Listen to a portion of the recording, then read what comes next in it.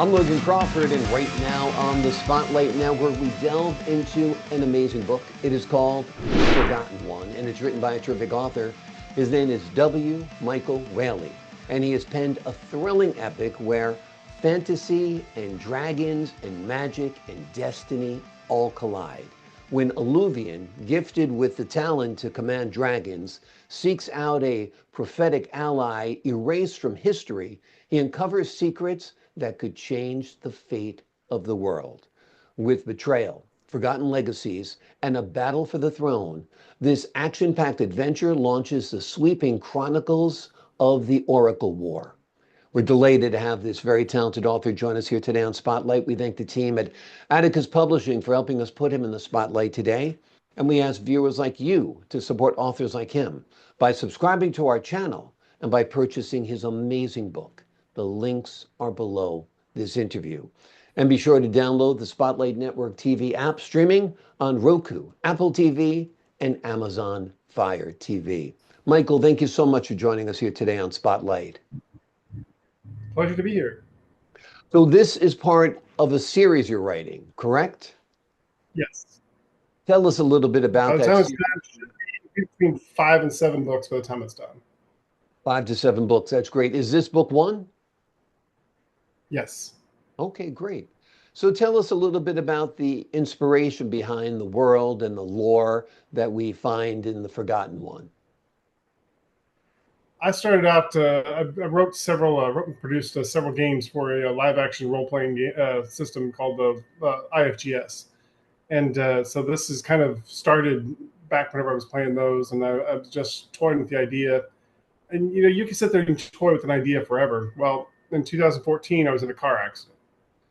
And my head hit the ceiling, and I felt the back of my head touch my shoulders. I got folded over like an accordion.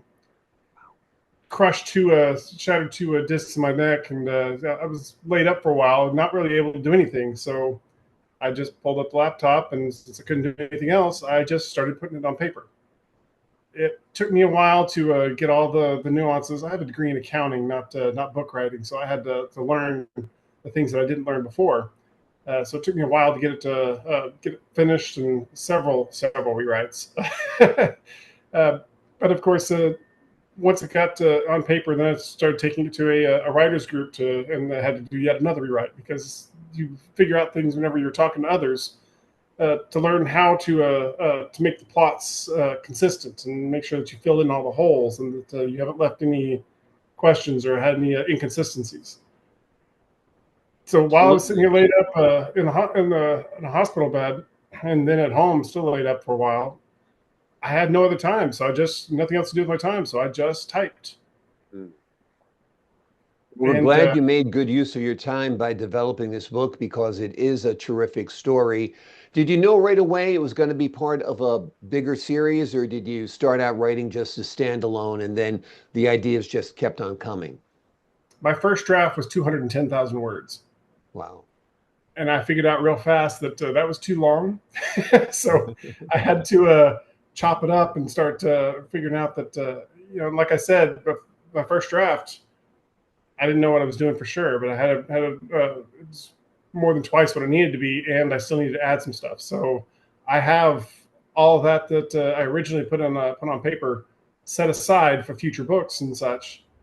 So yeah, I figured out after that first draft that I was going to have to make this multiple series, multiple books. So it started out with a book that was a little too big. So you said this will be multiple books. Got it. I think that's a great idea. I think your readers will love it as well. Now, have you envisioned this in a different form of media, perhaps as a TV series or a series of films or even role-playing video games?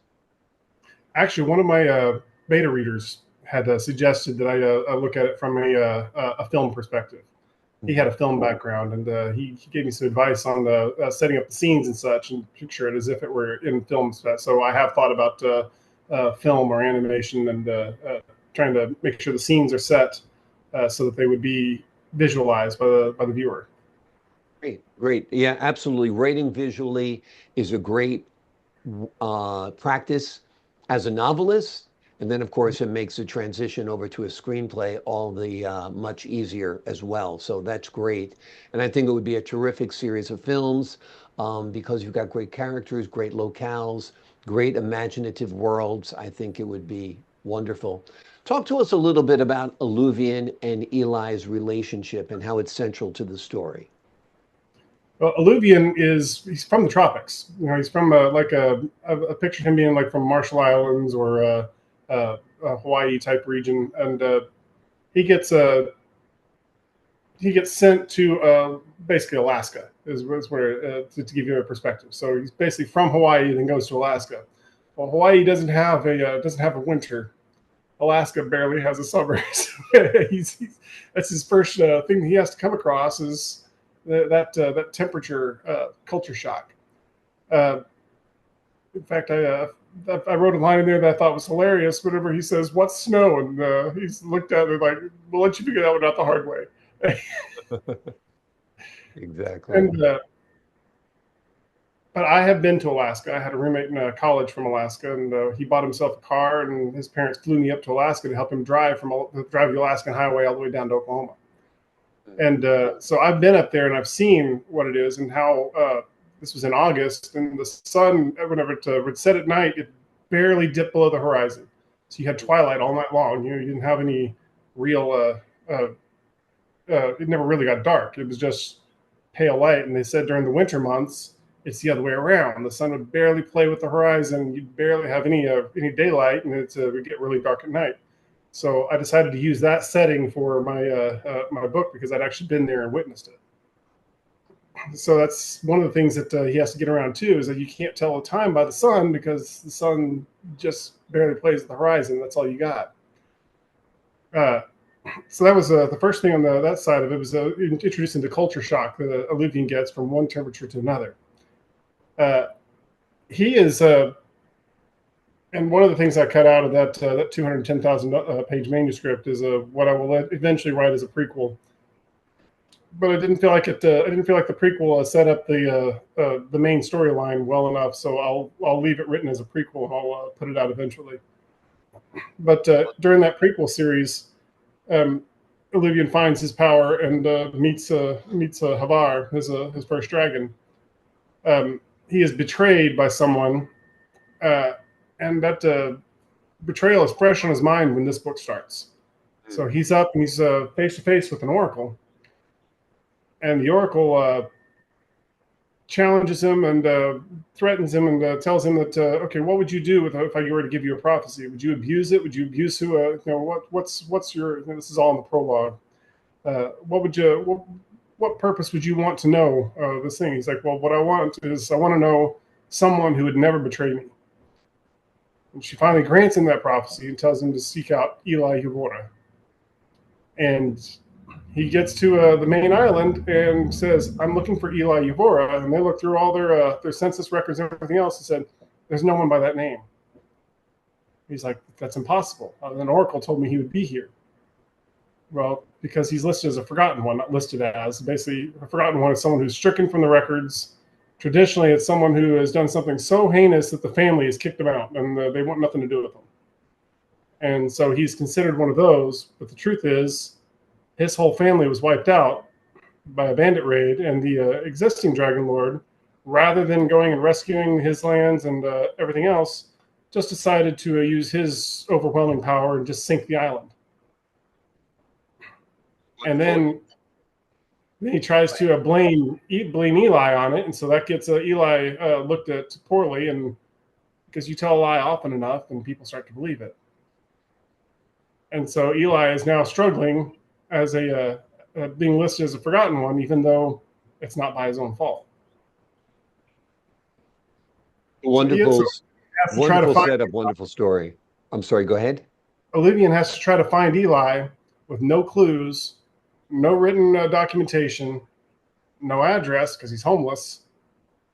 And I make it to where they actually miss each other several times by happenstance until he finally finds him, and he finds him, and someone else is trying to kill him, and he stops him. And the reason they were trying to kill him is because he was a forgotten one who was caught stealing. and Alluvian stops him from killing him, and it turns everybody against Alluvian. Well, that's going to make his rise to power overwhelmingly difficult, and that's what most of the book is about him overcoming all these difficulties he's got while relying on the one person that he knows will never betray him because of an oracle that predicted it. Wonderful. It's a great story. It's a great premise. You gave us a great setup for the book as well. Couple of minutes left here. Let's talk about the next book, Mimic of Pryo, if I'm saying it correctly. Pryo, yes. Pryo. One of the things whenever I was first trying to figure out the name for this book is I had an editor who asked me once, does the Forgotten One refer to the hero or the villain? And I realized, it actually refers to both. So every book in the series is going to be that way. The title will refer to both one of the heroes and one of the villains. And I got to looking through and planning all the books in each of the series, and I realized I can do that with every single one of the books.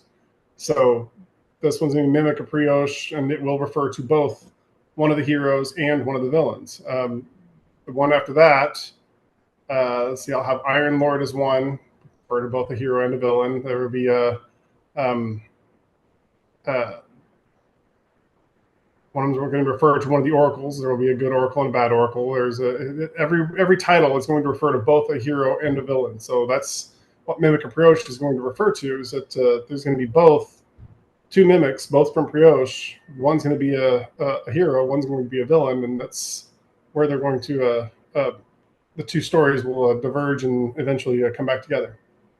Wonderful. Looking forward to that one. How many are released so far? Just this first one, the Forgotten One? Just the first one's released so far. I'm on the second rewrite for Mimic of Pryo.